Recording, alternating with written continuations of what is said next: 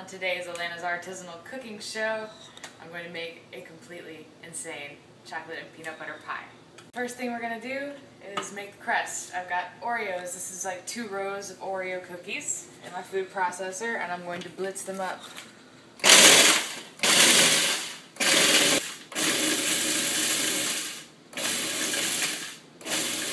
You want to do it till you don't see any more big chunks of white. Alright, that looks good. I'm going to scrape it down a little bit. And then we're going to add butter, melted butter, 1/2 cup.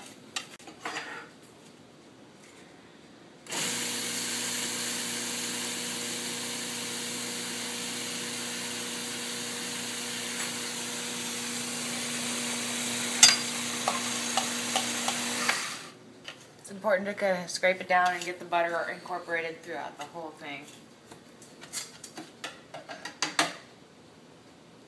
It's going to be kind of sticky like wet sand, and it'll kind of clump together, and that's exactly what you want.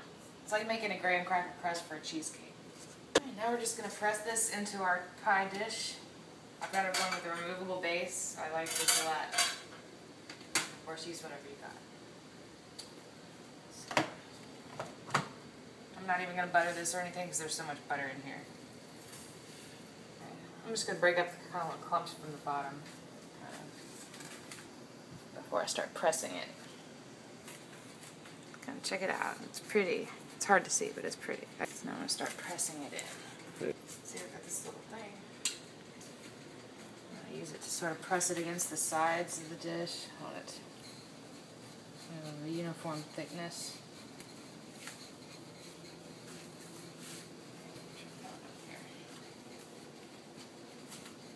It smells so insanely good. It's like Oreo heaven. It's going to be like a humongous Reese's peanut butter cup with a silky smooth interior.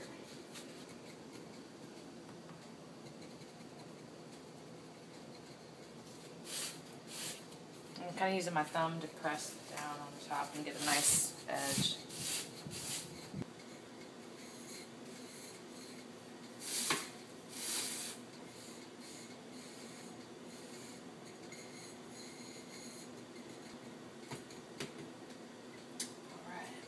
Come look. See that? It's fairly level and neat.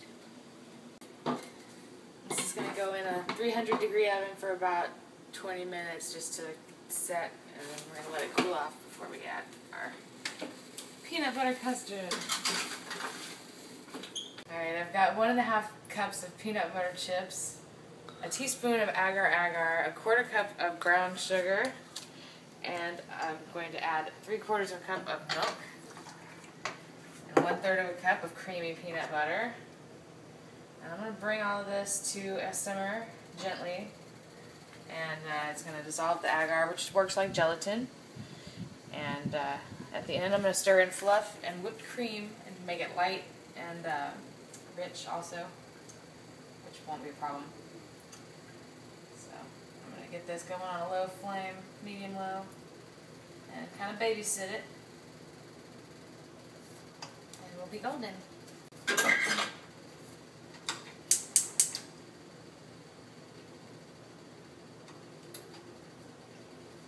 don't want anything to stick to the bottom. You want to heat it gently. In the end, when we fold in all the fluffy stuff, it's going to just have a really nice velvety texture. We wait for it to melt. It's getting nice and smooth. We're starting to get a couple little bubbles.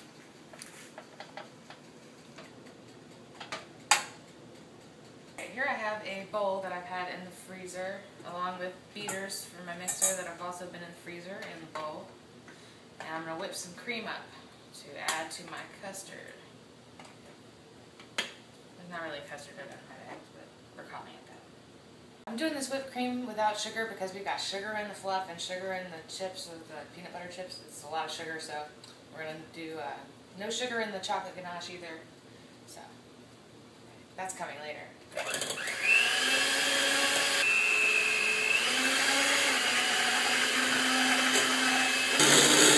bubbles. Once you get big, thick bubbles in here, it's your time to kill the heat. I'm going to let it cool before we add the whipped cream.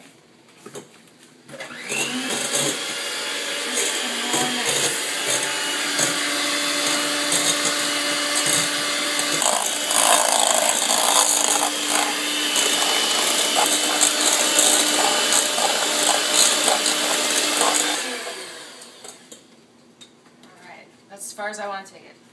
Put it right in the fridge until that cools off a little enough to where we can fold it in. I'm going to go ahead and put in the fluff though.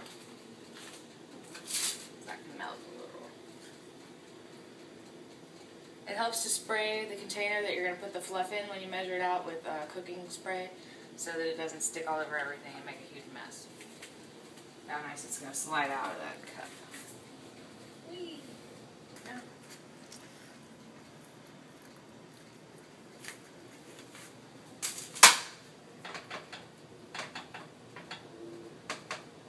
This is all going to add to the fluffiness.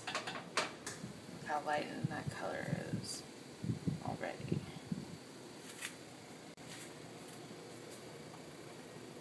Now the trick is we're going to have to let this cool enough to not deflate the cream,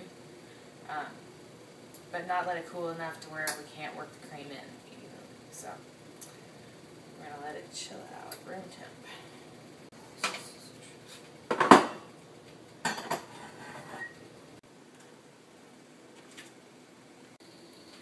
Chocolate plus cream plus butter equals ganache, and that's going to go on top of our peanut butter layer and make a nice sexy top on our pie. I'm going to heat this cream in the microwave, and then I'm going to pour it over these chocolate chips and butter. This is a cup and a half of chocolate chips and about 2 tablespoons of butter, 3/4 of a cup of cream, heavy cream. It's going in the microwave for a minute and a half, and then I'm going to check it. You want to watch it and make sure it doesn't bubble over. Okay, now we got hot cream.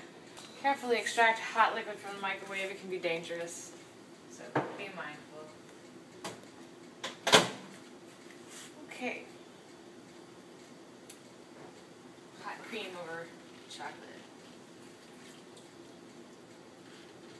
Just let that sit for a couple of minutes and then start stirring after it's had time to sit with the hot cream. Alright, I'm just starting to stir my ganache. It's going to look kind of gross at first. And then once you start getting the chocolate mixed in with everything really well, it'll start to look sexy all of a sudden. That's one of the most beautiful things in the world. Ganache. Starting to see the gloss underneath. Oh, that's a crust. Just turn my oven off. Extract it in a minute when I'm done with this. This will harden up a little bit, but we can nuke it a little bit gently if we need to when it's time to put it on the top of the pie. This is the last thing that goes on. Now look at this. Come here. See how beautiful that got? It's all shiny and glossy. And that's what the finish on the surface of the pie is going to kind of look like. It's a thing of beauty. And this is bittersweet chocolate. I wouldn't use a milk chocolate or anything sweeter than a bittersweet chocolate because there's a lot of sugar in this pie. Alright, now I'm going to mix together the peanut butter and the whipped cream and lighten this whole mix up and then pour it in the pie shell. I'm going to do it in some installments so that we don't deflate the whipped cream too much. I want to kind of keep as much of the air in it as possible, so take about a third of it maybe. I'm not going to use the whisk yet. I'm going to fold it with my spatula first.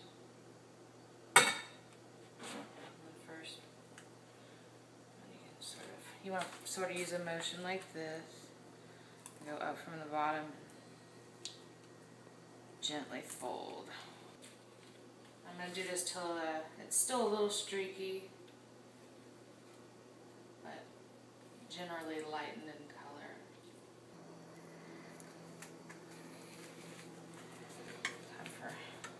installment number to it. The next one I'm going to add this back to this bowl because it'll be easier to work with.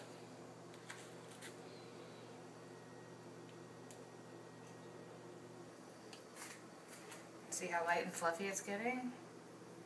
You see? And the agar will help it set up nice. All I really have to do is just finish folding this in.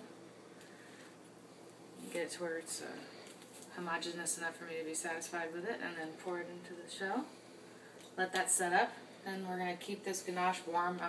I'm using the residual heat from the oven from cooking the pie shell. I might stick it in the oven once it cools down a little more while I'm waiting for the first layer to set up. And then we'll be in business. It's going to be so delicious. A few more turns. I think will be good. It's very light and fluffy.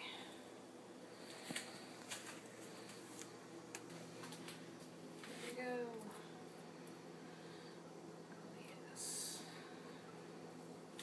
I'm just going to use my offset spatula to spread the deliciousness evenly into the pie shell.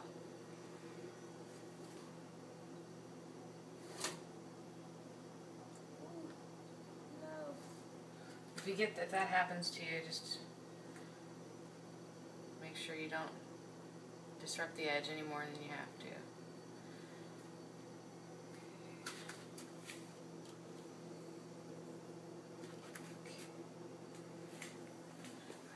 Just a touch.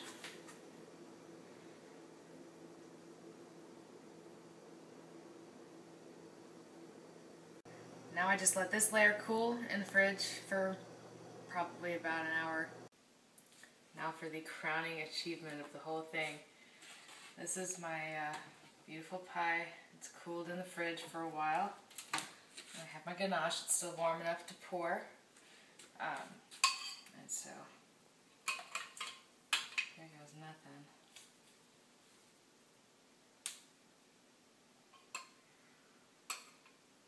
Might be a little much.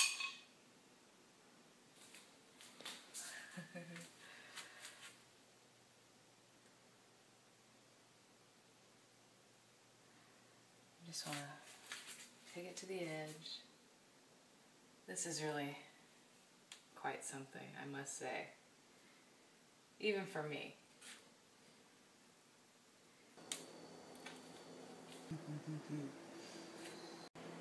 Here is our seductive finished product. The texture of this is going to be really unbelievable. It's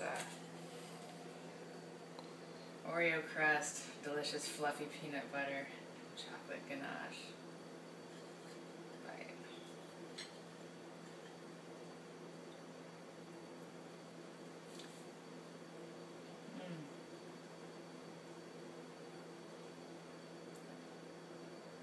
It's mind-blowingly awesome.